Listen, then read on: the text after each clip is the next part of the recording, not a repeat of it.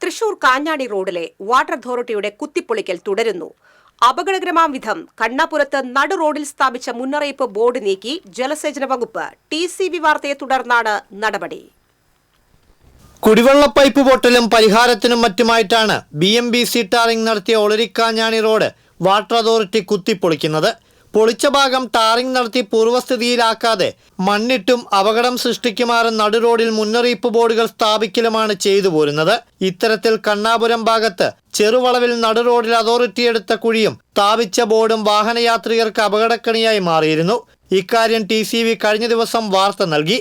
ഇതോടെ മണിക്കൂറുകൾക്കകം സ്ഥലത്തെ അപകടകരമാം വിധം സ്ഥാപിച്ച മുന്നറിയിപ്പ് ബോർഡ് വകുപ്പ് നീക്കി. എന്നാൽ കുഴിയിലിട്ട മെറ്റലുകൾ ഇരുചക്ര വാഹന യാത്രക്കാർക്ക് അപകടം സൃഷ്ടിച്ചു തന്നെ കിടക്കുകയാണ്. ചിലയിടങ്ങളിലെ കുഴികൾ റെഡിമെയ്ഡ് ഷെൽമാക്കിട്ട് നികത്തിയിട്ടുണ്ട്. അതേസമയം പാതിയിലെ വാട്ടർ അതോറിറ്റിയുടെ കുത്തിപ്പൊളിക്കൽ നിർബാധം തുടരുകയുമാണ്.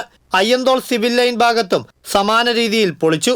അശോക് നഗർ ഭാഗത്ത് പൈപ്പ് പൊട്ടിയും റോഡ് തകർന്നു. ആയിരക്കണക്കിന് വാഹനങ്ങൾ ദിനംപ്രതി കടന്നുപോകുന്ന പ്രധാന റോഡിലെ വാട്ടർ അതോറിറ്റിയുടെ നിരുത്തരവാദപരമായ സമീപനത്തിനെതിരെ ജനരോഷം ശക്തമാണ്.